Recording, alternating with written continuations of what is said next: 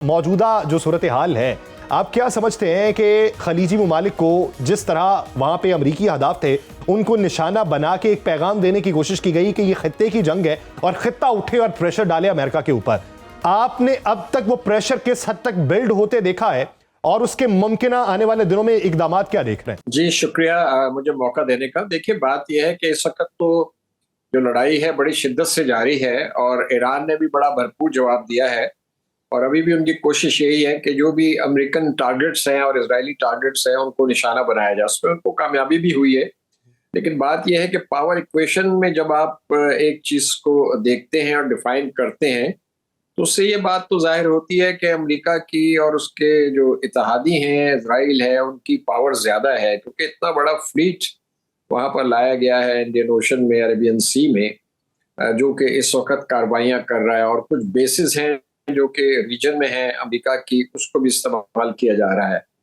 तो आज मैं अभी शाम को देख रहा था जो यूएस सेक्रेटरी ऑफ डिफेंस और पेंटागन की जो ब्रीफिंग हो रही थी, उसमें उन्होंने क्लेम किया है कि अमेरिका ने ईरान की जो एयर स्पेस है वो तकरीबन डोमिनेट कर ली है या करने जा रहे हैं। और उसके बाद उन्होंने ये कहा कि जो हम इनकी ईरान की जो नेवल पावर है उसको भी इन्होंने ट्रिपल कर दिया और उस पर उन्होंने कोई खासा बड़ा मेरे ख्याल फिगर भी दिया जहाज़ों का जो कि उन्होंने डुबोए हैं। इसके अलावा जो तीसरी बात उन्होंने ये इम्पोर्टेंट कही कि उन्होंने कहा अब अपने एयर स्पेस में इजराइल और अमेरिका ने डोमिनेंस जो है हम हासिल कर रहे हैं और ये कि अब हम इनलैंड जाएंगे, यानी कि अब वो टारगेट जो हैं इनलैंड होंगे ईरान के। तो ईरान के ऊपर बहुत प्रेशर है। ये आप सही कह रहे हैं कि ईरान ने जो बेसिस को या अमेरिकन टारगेट्स को वहां पर निशाना बनाया है गल्फ कंट्रीज में, उसका मकसद यही था कि प्रेशर जो है वो अमेरिका के ऊपर हो।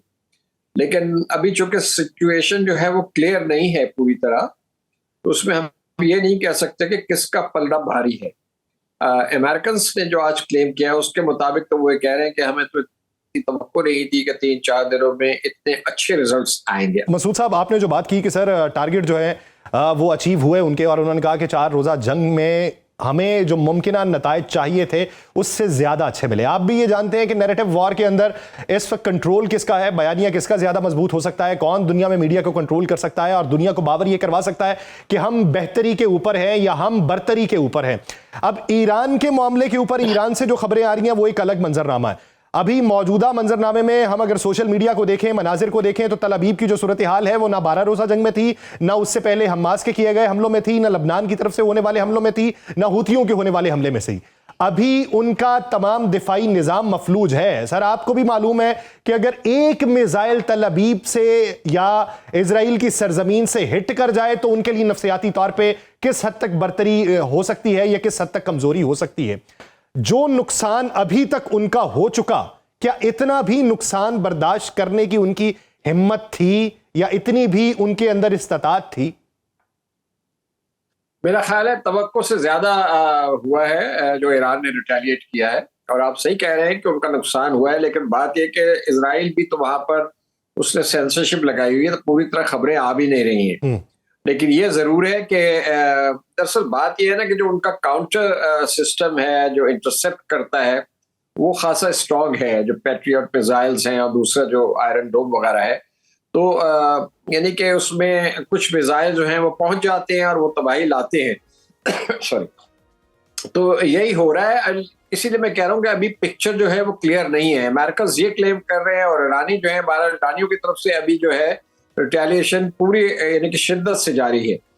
तो अब देखते हैं कि क्या होता है। इस वक्त बात यह है कि जो इंटरनेशनल पब्लिक ओपिनियन है वो तो अमेरिका के या इजराइल के साथ नहीं है।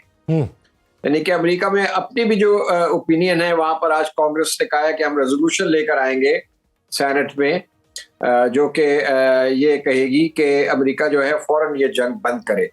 और सर, अब तो बातें बहुत सारी लोगों की तरफ से इम्पीचमेंट की भी होने लगी हैं कि डोनाल्ड ट्रंप जो है वो दिमागी तौर पर ठीक नहीं है। पब्लिक ओपिनियन भी कन्विंस नहीं है जो ये एक कदम उठाया गया है और इसने खासी हलचल मचाई है यूरोपियन पार्टनर्स पे भी। यानी कि उनको समझ नहीं आ रही कि वो अमेरिका का साथ दें या अमेरिका का साथ ना दें। थोड़ी सी उन्होंने बात की ब्रिटिश प्राइम मिनिस्टर ने, तो ट्रंप साहब जो है उनसे नाराज हो गए स्पेन को उन्होंने थ्रेटन कर दिया है कि हम सारे ताल्लुकात तोड़ लेंगे। तो मेरा मतलब है कि ये अच्छा गल्फ कंट्रीज जो हैं वो खुद परेशान हैं कि वो उनको टारगेट किया जा रहा है। वो इस वॉर में लड़ना नहीं चाहते, लेकिन वो दोनों तरफ से जो है मुश्किल में मुब्तला हैं। तो ये बड़ी ही खतरनाक सूरत हाल है, और अभी मुझे नहीं लगता कि जो ये जंग है ये फौरन ख़त्म होगी, क्योंकि अमेरिका इसका जो है दायरा कार जो है वो फैलाना चाह रहा है। वो ईरान को और टारगेट करेगा, और इजराइल इस पे बिल्कुल पूरी तरह शामिल है, बल्कि इजराइल की प्रॉम्प्टिंग में सारा कुछ हुआ है ये एक्शन। तो मेरा ख्याल है कि इसमें आपके नज़दीक इसका दायरा कार जो है वो वसी होगा। मसूद साहब, मेरा एक आखिरी सवाल, प्रोग्राम का वक्त खत्म होने वाला है। आप क्या समझते हैं कि ये जंग जब रुकेगी तो इसके मुआशी तौर पे मुमकिन नताइज किस किस को भुगतना पड़ेंगे? मैं ये नहीं कहता 4 दिन बाद रुके, 10 दिन बाद रुके, 2 हफ्तों बाद रुके, नताइज किसको भुगतना पड़ेंगे? सारी दुनिया को भुगतने पड़ेंगे, रीजनल कंट्रीज को भुगतने पड़ेंगे, डेवलपिंग कंट्रीज जैसे हम हैं हमें भुगतने पड़ेंगे। उसकी वजह यह है कि जितनी ये ड्रैग करेगी इसके नुकसानात होंगे। देखिए, ऑयल प्राइस जो है पहले ही ऊपर जा रही है। जो फ्रेट इंश्योरेंस कॉस्ट है जहाज़ों की, जो सामान आता है, कंपनीज जो हैं वो एक्सेप्ट ही नहीं कर रही। उन्होंने कईयों ने तक कहा कि हम इंश्योर ही नहीं करेंगे, और अगर कर रहे हैं तो वो हाई कॉस्ट पे आ रहे हैं। फ्रेट चार्जेस बढ़ जाएंगे, ऑयल प्राइस बढ़ेगी, उसके बाद आपकी जो ट्रेड रूट्स हैं उनके ऊपर असर होगा, सप्लाई चेन्स के ऊपर। ठीक है जी, क्योंकि स्ट्रेट ऑफ हॉर्मुज़ जो है वो अभी ब्लॉक्ड है अभी तक, और वहां से तकरीबन 20% जो है ऑयल एंड गैस जो है वो रोजाना क्या कहते हैं, यानी कि 20 मिलियन बैरल्स आई थिंक रोजाना जो है वहां से गुजरता है, जिसपे अमेरिका क्या कहते हैं, चीन की इकोनॉमी, कोरिया की इकोनॉमी, जापान की इकोनॉमी, सारी इकोनॉमीज डिपेंड करती हैं। तो ये तो लॉन्ग टर्म में इन्फ्लेशन भी होगा, और क्या कहते हैं एक ग्लोबल इकोनॉमी में एक स्लो डाउन भी आ सकता है। तो इस किस्म की चीजें होंगी। तो ये किसी तौर पे भी ये किसी के मुफाद में नहीं है, एक एरोगेंस है और एक साजिश है कि ईरान को जो है बिल्कुल क्रिपल कर देना है, और उसको इस काबिल नहीं रहने देना कि वो बिल्कुल भी कोई रीजन में थ्रेट जो है वो हो, खुसूसन इजराइल के लिए। और इजराइल का जो प्लान है ग्रेटर इजराइल का, उसको हमें मद्देनजर रखना चाहिए।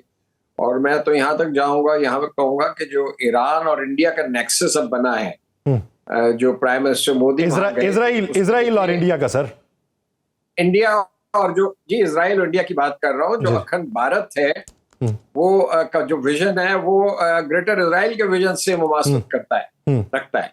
तो आप जरा उसको देखें, जो उसको भी मद्देनजर रखना चाहिए। और खित्ते के अंदर ये बदअमनी फैलाने की जो कोशिशें हैं कि इसके पीछे किस किस का हाथ है और कितना कितना किरदार है, ये भी मद्देनजर रखना होगा। लेकिन इस जंग का नतीजा जो है वो कुली तौर पर पूरी दुनिया को भुगतना पड़ेगा। बहुत शुक्रिया मसूद खालिद साहब, फैसल अब्बासी साहब, इस हवाले से अपना वक्त देने के लिए।